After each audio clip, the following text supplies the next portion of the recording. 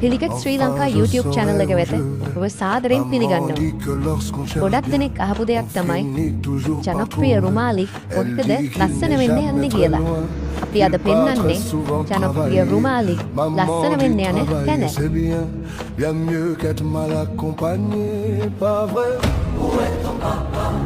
එයා ලස්සන වෙන්නේ යන තැන තමයි තලවතුගොඩ දී සැලූන් එක.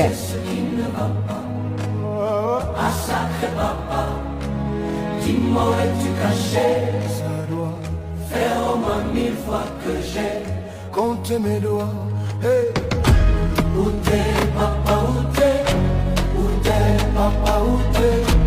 Où t'es? මේ වගේ ලස්සන වීඩියෝස් බලන්න අපව සබ්ස්ක්‍රයිබ් කරන්න අමතක කරන්නත් එපා.